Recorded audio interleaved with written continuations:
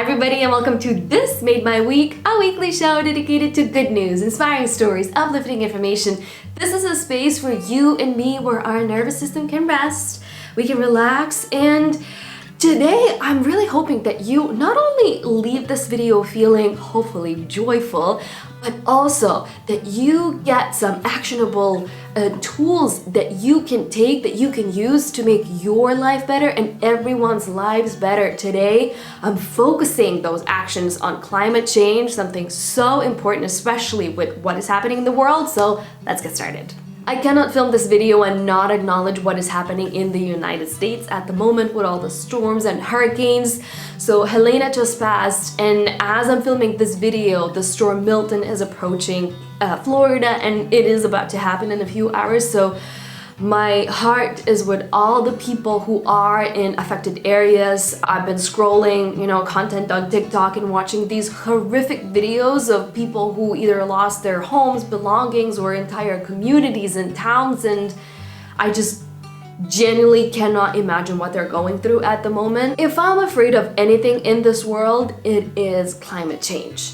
Because everything else we can kind of work out, we can get together, but Mother Nature, she doesn't play, because she is what she is. You cannot deny climate change. You cannot deny the effect that we humans have on this planet, and the fact that we haven't really understood that yet collectively genuinely terrifies me. However, good things are happening also when it comes to climate change, and today I want to focus on that. I'm taking my laptop and putting it right here because I want to be accurate with what I'm about to say. What made my week was seeing this article and this research that has been released recently, the past week. So it says that new study, it confirms that public outcry and public pressure does have an effect on climate change policies and on people who are making those policies. Their paper titled Going Viral, Public Attention and Environmental Action in the Amazon, which will soon be published officially for everyone to read and see,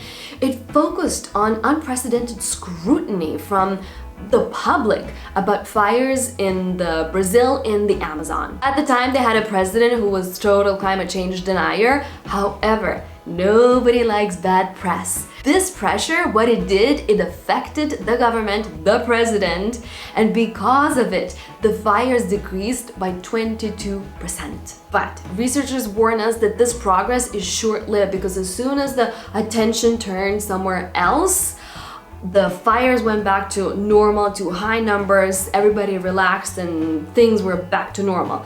So this tragedy needs to be long-term. We all need to contribute and constantly be involved and constantly put pressure on law and policy makers. Anyways, you can read the white paper yourself or the article. I'm gonna leave everything in the description below. But as soon as I finished reading the article, I still doubted myself, and I thought, I'm just a regular citizen. Do I matter, and does my voice really matter? I don't know any journalists. I'm just the one person somewhere in the middle of Lithuania in Europe. What can I do? So I went to my good old friend ChatGPT and asked, what can I do?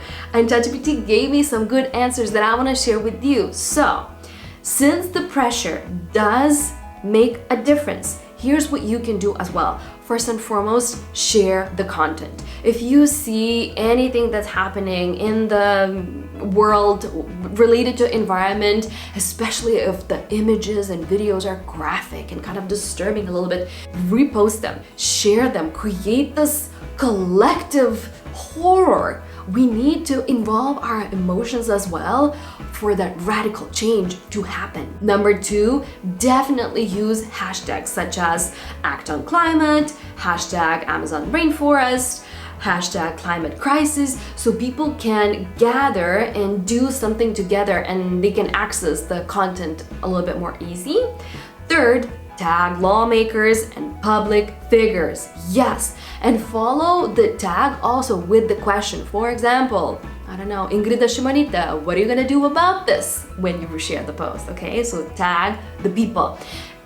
they don't only see everything themselves personally, but their office does. So if they constantly see mentions related to climate change or specific issues, that raises all the red flags in their team as well, and they're more likely to take the action. Also, obviously, tag all the journalists. Next, do engage in those online petitions and share them. Yes, I know that in the moment it feels like I'm just typing my name and off the paper goes into the wide world of the internet. But actually, these petitions do matter, and the more we gather, the more power it has behind it. Sign them. The fifth, and obviously you can support organizations who already are doing the work, such as Greenpeace or World Fire Fund. You can donate to those organizations as well, or just support them by also resharing their articles, resharing their content, because in that way they have more power, they have more support, and they're more likely to get the funding from the governments and organizations as well. More involved action includes you creating the content, you sharing your take on something that is happening in the world. So even with those storms, you can speak up and you can share your outrage or your feelings, whatever you're feeling. I think this is the very important part, not being afraid to share your feelings, because again, when you have the knowledge, when you have the information, and you add the emotion behind it, it has stronger power. So use your feelings and create content. This is something that I've never heard before, but organize or join social media storms. What? So it's basically when a group of people, they agree that on the same day or the same hour, they're gonna all share the same thing or something related to the same topic. They're gonna use the same hashtags so that it becomes trending and hopefully that it becomes viral. So if you belong to a community, make sure to create this social media storm. It's a lot more fun to have those social storms rather than actual storms. Engage with climate activists, influencers, leaders, reshare their posts, email them, talk to them, ask what they can do, or create subgroups in your neighborhoods. You can also campaign for corporate responsibility, and you can crowdfund or volunteer at one of the local organizations who are doing the good work. In other words, there are so many things that you can do, and your action does matter. Clearly, now we have a proof, so go and do something about the environment and about our planet. Another good thing that happened this week that is related to the environment and all the hurricanes that totally made my week was learning about this company called Pearl Homes in Florida. So basically what they do, they build houses that are hurricane and storm proof. And after Helena, their houses stood untouched in perfect condition. That is because their basement and floor is concrete on the ground floor. They have timber structures, like really sturdy and firm. Their houses are steel, and on the roofs, they have solar panels to make sure that people do have the power and electricity once the storm passes. Yes, these houses are a lot more expensive. However, on one hand, you have the price. On the other hand, the insurance is a lot less on those houses.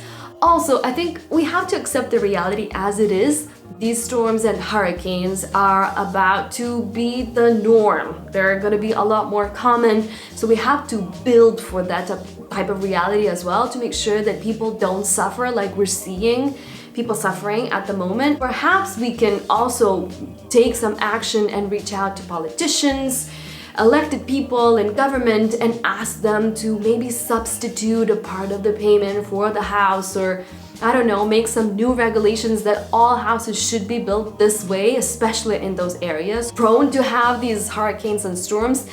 I'm just glad that the solutions are already here. It is possible to survive these types of storms.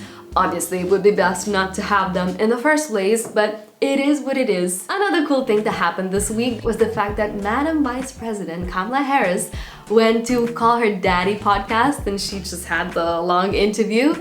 I haven't seen it yet, the full one, but I saw some content on TikTok and it was, of course, good. The thing that she said that made me kind of giggle and so excited about the future was that she is not wanting to be humble. Like those words coming from her mouth, I think validated so many women around the world, including myself. Like I very often struggle with this modesty and humbleness.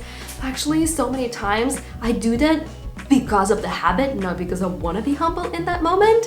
So hearing her say it, and so beautifully also like her full answer about the kids and her stepchildren, it's just, I am so in love with her. I'm so excited about the future again, and I cannot wait for the election to happen. Okay, the final story that I want to leave you with made me smile and laugh, and I'm sure it will make you too as well. And it comes from Canada, Newfoundland. So they just had a marathon or half marathon, I can't remember, but basically the trail where the runners ran, it passed by a pumpkin patch. And on that pumpkin patch, a goat lives. Not the goat, but a goat, an animal lives named Mr. Joshua. Mr. Joshua saw all the runners. He was so excited, he decided to join them. So he ran the final 4K all the way to the finish line. And people were laughing and smiling, and they even put the medal on his neck to congratulate him on his first marathon. He quickly became a local celebrity. He was invited to the town hall. He was met by the mayor and local firefighters. There are pictures of all of them standing and posing.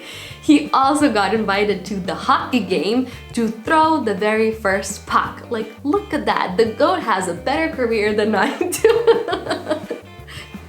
Anyways, also I checked out the pumpkin patch on Facebook.